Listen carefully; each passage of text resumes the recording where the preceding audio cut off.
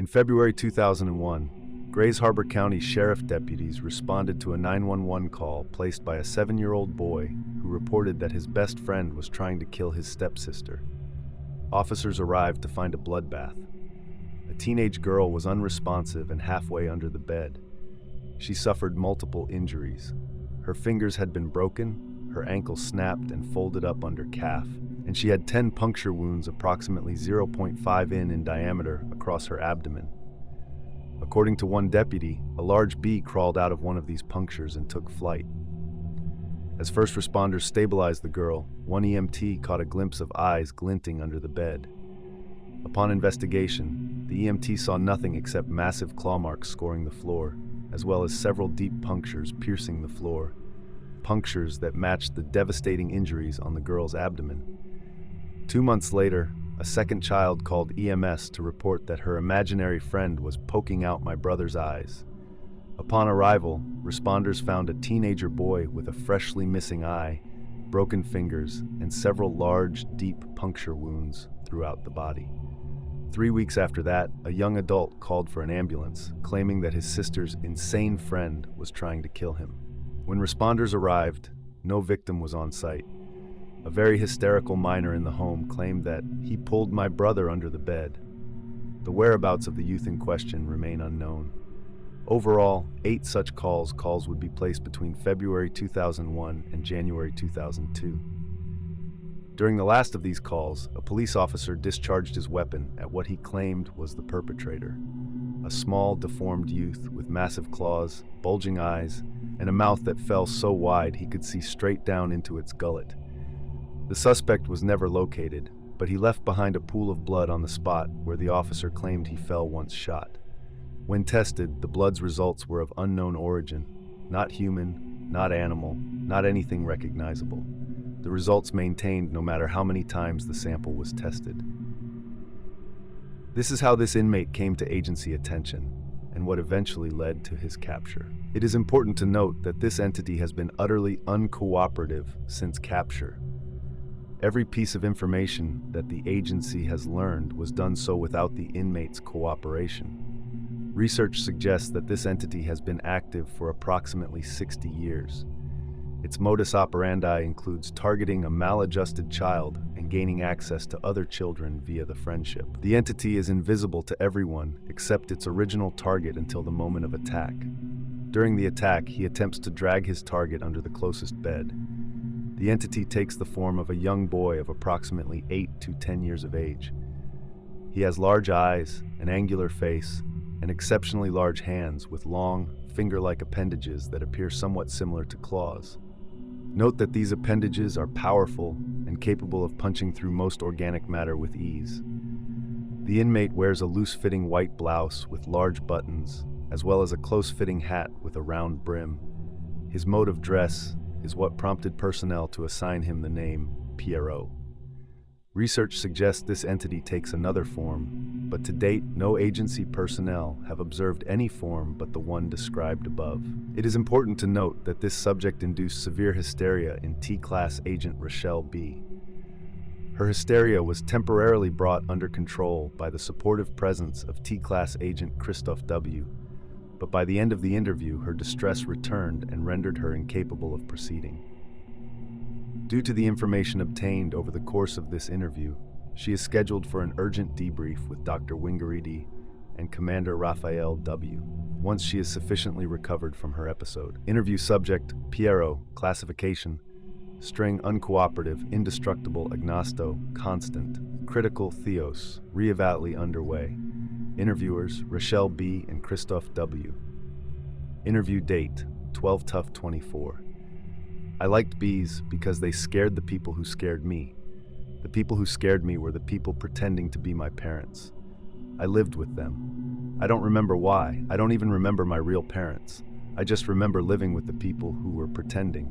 My pretend father was afraid of bees. He was allergic to their venom. He always poisoned the bees and all the other bugs too. My pretend mother was happy about that because she hated all bugs, not just bees. I was afraid of bees too. The people who scared me were scared of them, so I believed that they were very, very scary. But I also liked them. I wanted to be scary like the bees. I wanted to scare the people who scared me. But nothing about me was scary. I was very small and very skinny, and I always cried when I got scared. I was scared all the time because of my pretend parents. I didn't have a name. Well, that isn't true. I had a name, but they never used it, so I forgot. My pretend brother had a name. He had his own bedroom and toys and blankets. I don't remember his name anymore. It's been so long since I used it that I forgot. My pretend parents had lots of rules. I wasn't allowed to eat unless they fed me, and I wasn't allowed to cry if they forgot. If I cried, then I wouldn't get fed for 3 days. They always made me eat off the floor. Sometimes I was so hungry, I licked the floor after. I wasn't allowed to leave the house. If I left the house, they would never let me back in, and I would starve to death outside in the cold while they stayed in the warm house with food to eat. That's what they told me, and I believed them. I wasn't allowed to have a bed or even a blanket. That made me sad. My pretend brother had so many blankets, but I wasn't even allowed to have one. Not even the ones he threw away. I wasn't allowed to talk to strangers or even look at them. If I broke that rule, my pretend parents said they would break my fingers and pull my teeth out. But the most important rule, the number one rule, was I always had to do what I was told. I never broke that rule. My pretend parents called me their little puppet because I always did what I was told, even if it was bad, even if it hurt. And sometimes, doing what I was told hurt. Sometimes they hurt me even if I did what I was told. But they always hurt me when I didn't do what I was told. That's why I always did what I was told, even when it hurt, even when it made me bleed. I also hoped that doing what I was told would make me a good boy. My pretend parents said my pretend brother got his own room with a bed because he was a good boy. I tried to be a good boy too. I thought that's how I would get my own room, by doing what I was told. I thought that's how my pretend parents would become my real parents. But no matter how many times I did what I was told, no matter how many times I was the best puppet, I didn't get my own room. When I wasn't doing what I was told, I was locked up in the top of the house. It was very hot there and very dusty. I sweated so much that the dust and sweat made mud on my skin. It was gray, so sometimes I pretended I was a gray mouse eating cheese in the attic. I had never eaten cheese, only seen it. I used to dream about cheese. Sometimes I woke up crying when I had those dreams. There were mice in the attic with me. Most of them were scared of me, but one crawled into my hand. Just like you, Wendy. You crawled right into my hand and held it. Why did you run away? When my pretend parents found out I was friends with the mouse, they put poison up in the attic and put me down in the basement where it was dark and cold. Every time a mouse died from the poison, they brought it down to make me look at it. I always cried no matter which mouse it was, but I cried hardest when they made me look at the mouse that crawled into my hand. I cried so hard that I wasn't even making noise, just wheezes. They left her in the basement with me, so I had to look at her until she turned into a skeleton. One time, after my mouse turned into a skeleton, my pretend parents made me bleed even though I did what I was told. Then they put me back in the basement. I wanted to be far away from the basement door, so I crawled over by the wall. My handprints left smears. That gave me an idea. I put my finger in the blood, and then I put it on the wall. It left a mark. So I started to draw. Drawing on the wall is bad. Drawing with blood is hard. But I drew on the wall with blood because it made me forget I was bleeding, and it made me forget about my mouse. The blood dried up pretty soon, so I had to stop drawing. But that didn't mean I was done drawing for good. I stopped being so sad whenever my pretend parents made me bleed, because it meant I would be able to draw later. The more I bled, the more drawing I could do. Sometimes I wanted to draw so much that I didn't do what I was told, just so they would make me bleed more. I drew a very big picture all over the wall. It was a drawing of a magic city full of giant bees. I drew their stingers really big as swords, so they could stab my enemies. Even though I was afraid of bees, I pretended I lived in the bee city because it was a place my pretend parents would never come to. But then my pretend parents saw the drawing, and they made me hurt. They made me hurt when I did what I was told, so I stopped doing what I was told. They hurt me so bad I started doing what I was told again. They kept hurting me anyway. When they were done, I was so angry and so scared that I smeared all my blood all over the drawing to erase it. I didn't need a city. I needed a door, a way out. So in the corner of the wall, in the only place where I didn't draw the city, I drew a door, a little one, a door that was almost too small even for me, so my pretend parents wouldn't be able to fit through it. Then I drew a blood bed with blood blankets on the floor by the door and went to sleep. A creaking sound made me wake up. I thought it was my pretend parents coming to make me do what I was told, so I opened my eyes. I saw that the blood door had turned into a real door, and it was open. I couldn't see the room inside it, but I saw light, golden lights and colorful lights, like afternoons in summer and the Christmas tree I wasn't allowed to touch at the same time. It was so beautiful. Then something huge came crawling by, blocking the light. For a second I thought it was a bug, but it was way too big. Much bigger than a bug, or me, or my pretend father even. Then it stopped and looked at me. I screamed and then got panicked. I didn't know what I was more afraid of, the big thing crawling behind the blood door, or my pretend parents hearing my scream and coming to tell me what to do. Then the big thing crawled forward, squeezing himself into the doorway until his face was close to mine. It was a weird face, big and square, with black paint on his lips and white skin and eyes as blue as the sky. He propped his chin on his hand and said, "What are you doing, little boy?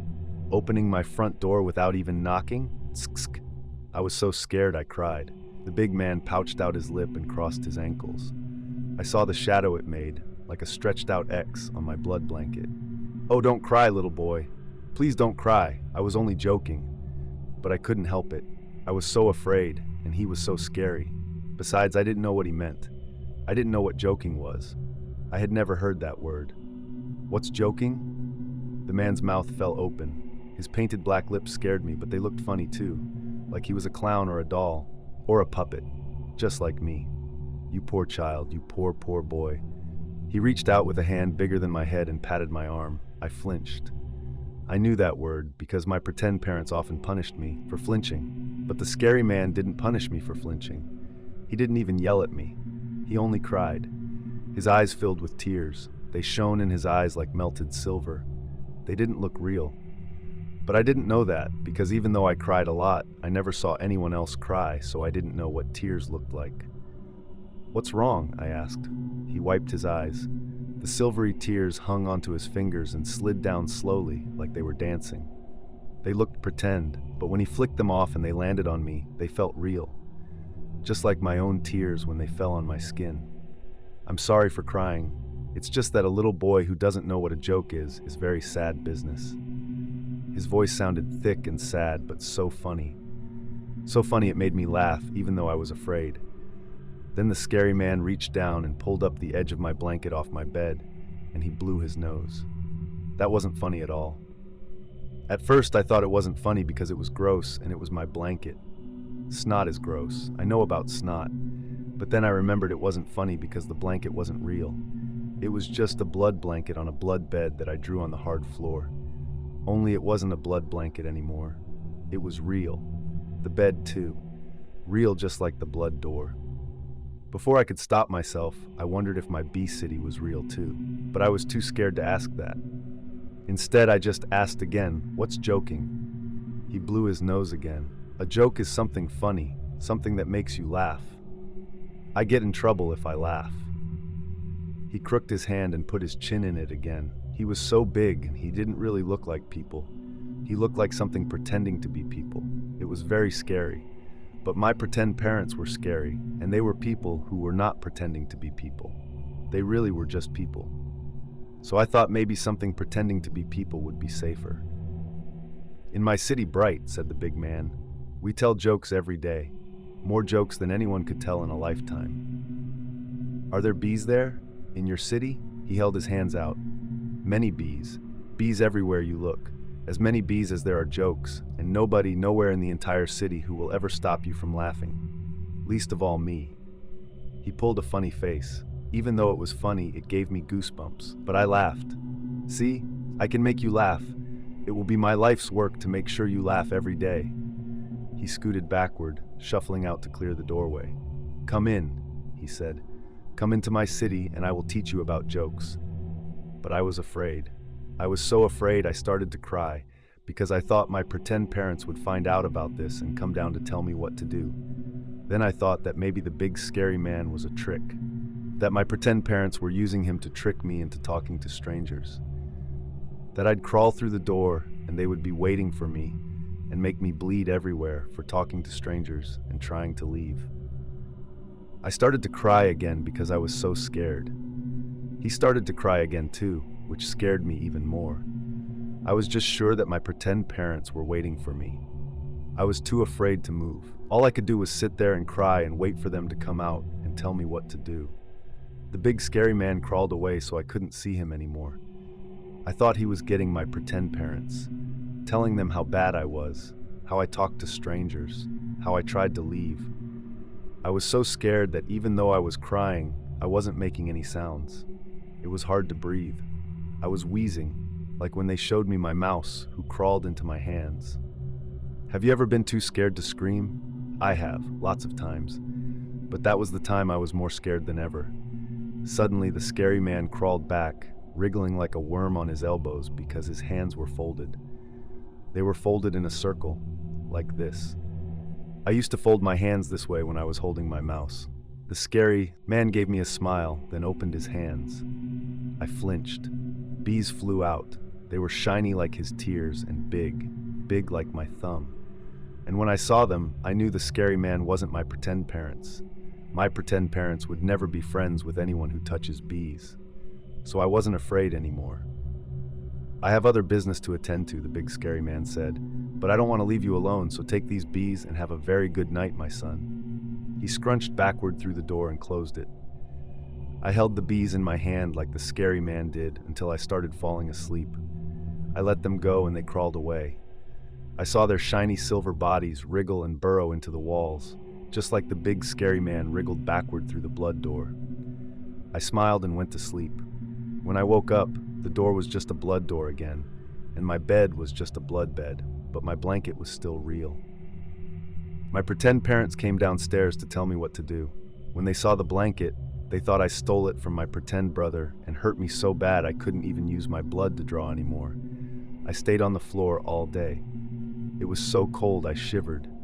Shivering hurt, but I couldn't stop. After it got dark, I saw lights in the wall. Golden skinny lights, like when light comes through cracks under doors. It was the blood door. It was real again. It opened. The scary man was behind it. He smiled and waved, but I just tried to crawl away.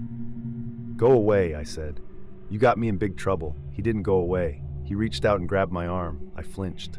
"Who did this to you?" the scary man asked. I told him everything. At the end, he clicked his tongue. The shiny bees came crawling out of the burrows in the wall and walked onto me. They stung me. It didn't hurt, though. Not at all. The stings just made me feel better. They stung and stung until all the blood was gone, and I didn't hurt anymore at all. Then the big scary man invited me through the blood door. He held out his hand. I took it. He pulled me through. It was like being on a water slide. I didn't know what that was then, but I do now because there are water slides behind the blood doors. I used to play on them all the time before you caught me. Behind the blood door was the most beautiful and most horrible place I have ever seen. I loved it, but I hated it. I wanted to go inside it, but I wanted to run away and never see it again, even if that meant going back to my pretend parents and doing what I was told. It was just too much, and it made me cry. The big scary man slapped his forehead. "Stupid, stupid. I took you to the grown-up city. You need to go to the playground." "What's a playground?" That made the big man cry big silvery tears again. When he was done crying, he took me to the playground. It was wonderful and wondrous. That's how he described it, and he was right. He's always right. It never got dark. It never got cold. It was full of golden light and waterfalls and tree houses and playhouses and tunnels and burrows and secret hideaways. Best of all, there were bees everywhere. But I did not see any other children. "Are there other kids?" I asked. He slapped his head again and made a big surprised face with his blue eyes and black lips. "Of course, a boy needs friends. How could I forget? Sometimes you forget things when you're old. I forget a lot of things, so I must be getting very old." He shook his head and sighed. That's what we dads are, you know? Old. Are you a dad? Of course, I'm your dad. That made me so happy that I laughed. I laughed for a long time. That's when I started to understand about jokes, when I was so happy I couldn't stop laughing. That was such a good joke. The big scary man was a good dad. He showed me around the playground, and then he took me to a school because that's where friends are. Only I never saw a school before. I had never met any kids except my pretend brother, so I didn't know what to do. There were so many of them, and it was so loud. I got scared and sat down in the middle of the sidewalk and had to try very hard not to cry. When he saw how scared I was, my new dad apologized. No one ever apologized to me before. It made me so happy I cried, then hugged him and told him it was okay and he didn't need to apologize. He said, "Of course I have to. Apologies are the right thing to do when you're wrong. Always." He was right. My new dad is always right. Then he took me away from the school, and we went somewhere I did recognize. A bedroom. A nice one like my pretend brother had. There was a little girl in the bed. We woke her up and took her under the bed to the playground. She was scared when she saw my new dad. She was scared when she saw me. She was scared when we brought her to the playground in B City. She was scared when I told her to stop being scared. But she wasn't scared after the bees stung her. We played for a long time. I don't know how many days, because the sun never goes down there. But when I was finally done playing, my friend looked sick. You could see all her bones and her eyes looked like stars, and her mouth was so big and it wouldn't stay shut. There were holes in her too. So many holes from all the bee stings. Since my friend couldn't play anymore, I gave her to the bees. They crawled into all the holes from all the stings and buzzed. The humming sounded like singing, quiet singing. I didn't know the word yet, but it sounded like a lullaby. I know that word now, and that's definitely what it sounded like, a lullaby. The bees made honey too, golden shiny honey, just like the light. It dripped out and made the grass sticky. When the bees got done making honey, my friend crawled into secret tunnel under the playhouse and started to sing. The way she sang made me laugh. A joke. My dad told me there were lots of jokes in B City, and he was right. He's always right. My new dad helped me find lots of friends after that. It was fun. I always laughed when they were scared, and I laughed when the bees stung them to make them stop being scared. I laughed at the funny ways they played. It was so many jokes, just like my new dad said, and my new dad is always right. But slowly, it stopped being funny and I stopped laughing at the jokes. I didn't like how my friends were all scared at first. It reminded me of how I got scared whenever I got told what to do by my pretend parents. It made me think that maybe I wasn't making friends. Maybe I was just telling them what to do. I don't want to tell anybody what to do. I just want friends, real friends. You were my real friend, Wendy. So why did you run away? When the bees started making honey inside my fifth friend, I told my new dad I didn't want to do this to my friends anymore. Who will you play with if not friends? I thought I was going to say nobody, but I was wrong. Instead of saying nobody, I smiled a little. My brother. My new dad gave me a very weird look. He leaned in with one eye big. I don't know how else to say it. He just leaned down and got close until his big eye was almost touching mine. Then he smiled big as a wolf. "Let's get the boy his brother." He took me to my pretend brother's bedroom. I always wanted his bedroom, remember? I was so jealous that he was a good boy and that I was a bad boy, even though I always did what I was told. I did what I was told because I thought that's how you get your own room. I thought that's how pretend parents turn into real parents. It isn't. That's what my new dad told me, and he was right. My new dad is always right. My pretend brother was very scared when he saw us, and even more scared when he took him under the bed to get to the playground. But just like all the others, he stopped being scared when the bees stung him. I laughed when he stopped being scared. It was funny. It was a good joke, just like my new dad said. He was right. He's always right. I played with my pretend brother for a long time. Finally, he fell down and I gave him to the bees. I made sure he was full of bees, fuller than any of my other friends. I turned him into a beehive. I turned him into a honeycomb. My new dad said he was colonized. I let him sing afterward, but I didn't let him crawl into the playhouse under the tunnel because I had a different idea.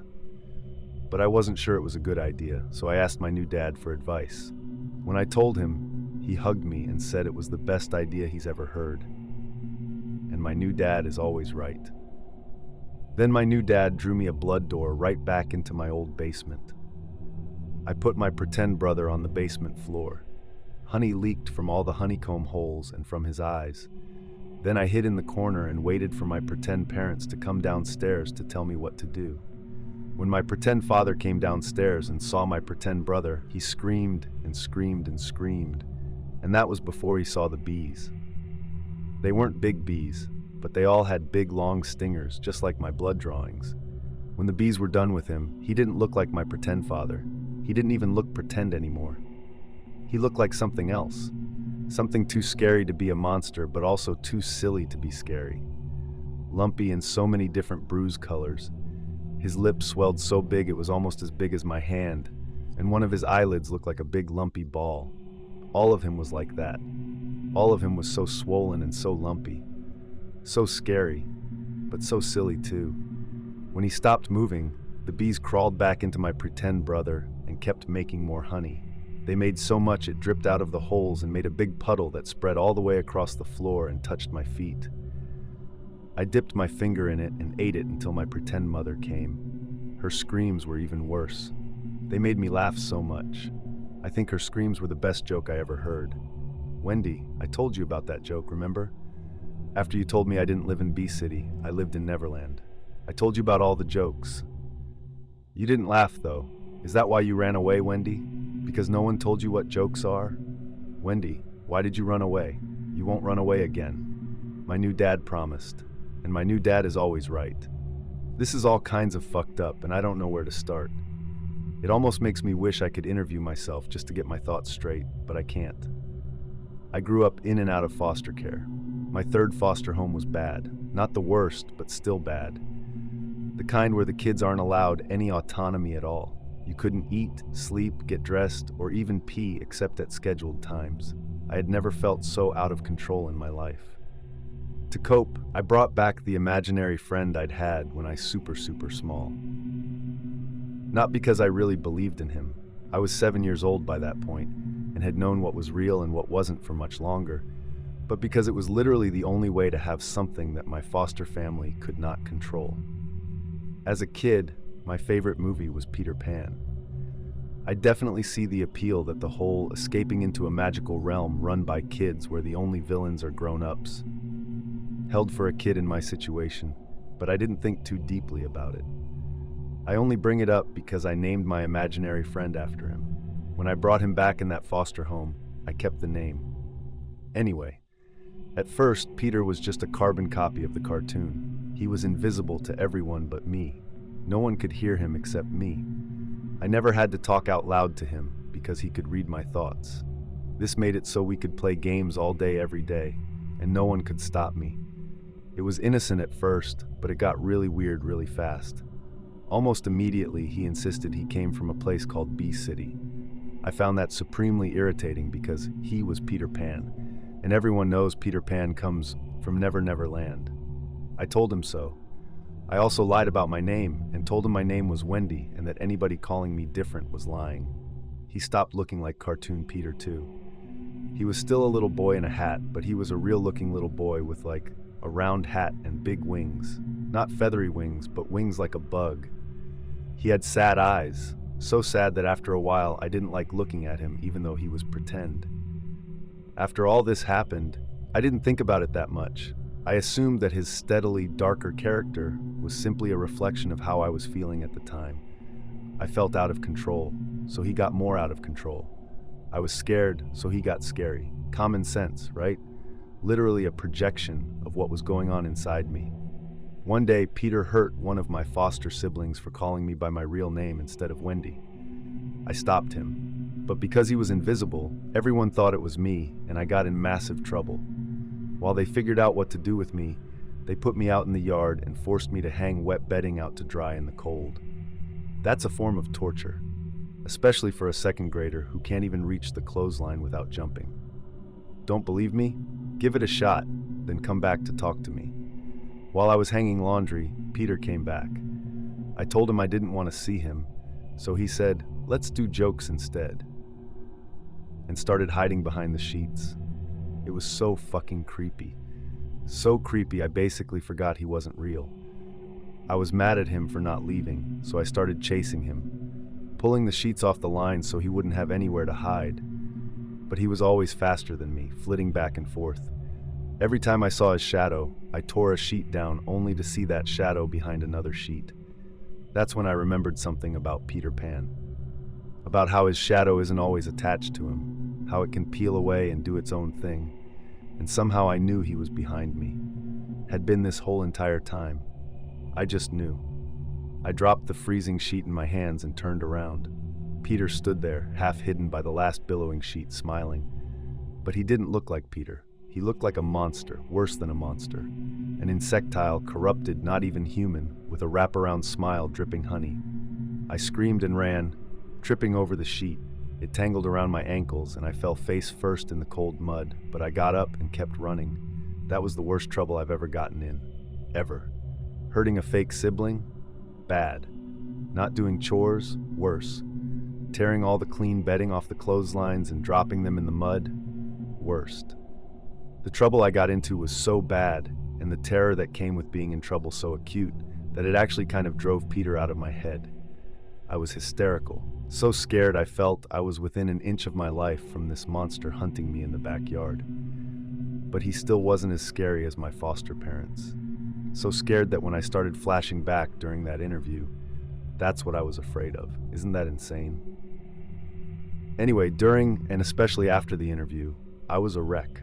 Like this dredged up memories I didn't even realize I still had. I wanted out. I tried to get out. You know who tried to let me out?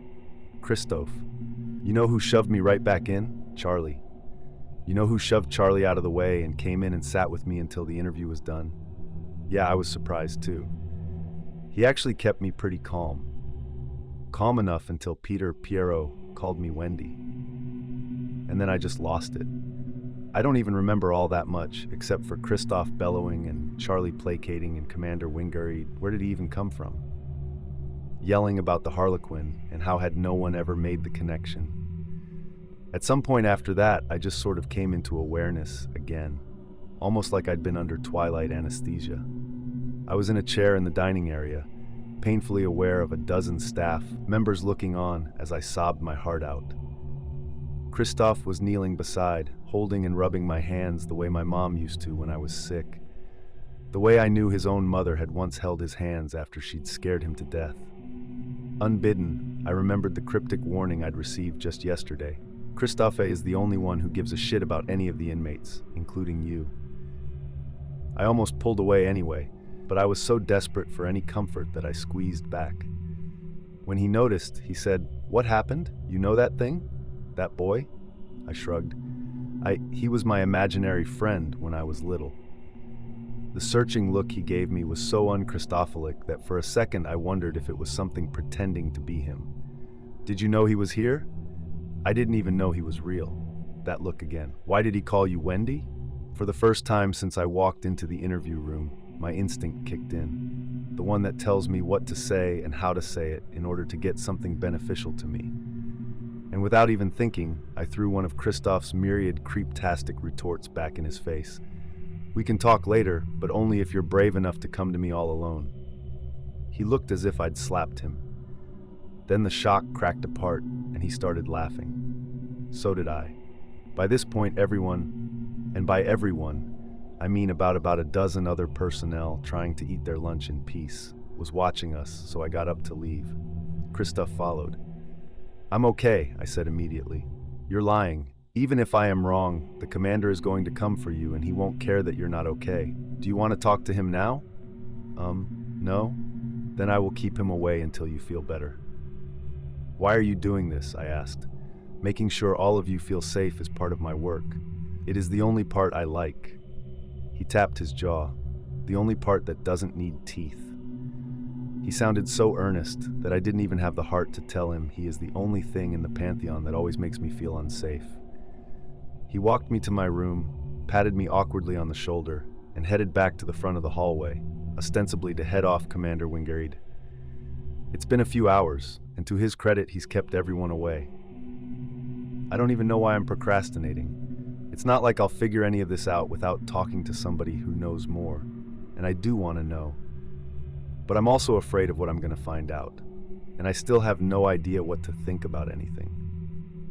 Not about Peter, Pierrot, and what that means, or what the agency knows about me that I don't, or what they're going to do to me, or what this means for our upcoming Harlequin hunt. And I certainly no longer know what to think about Christoph. On one hand, the person who told me to be Christoph's friend clearly knew what he was talking about. On the other, I will literally never be able to forget what he's done or what he is. As terrible as it feels to admit, though, having a big bad wolf as a guard dog is probably not the worst development at this point.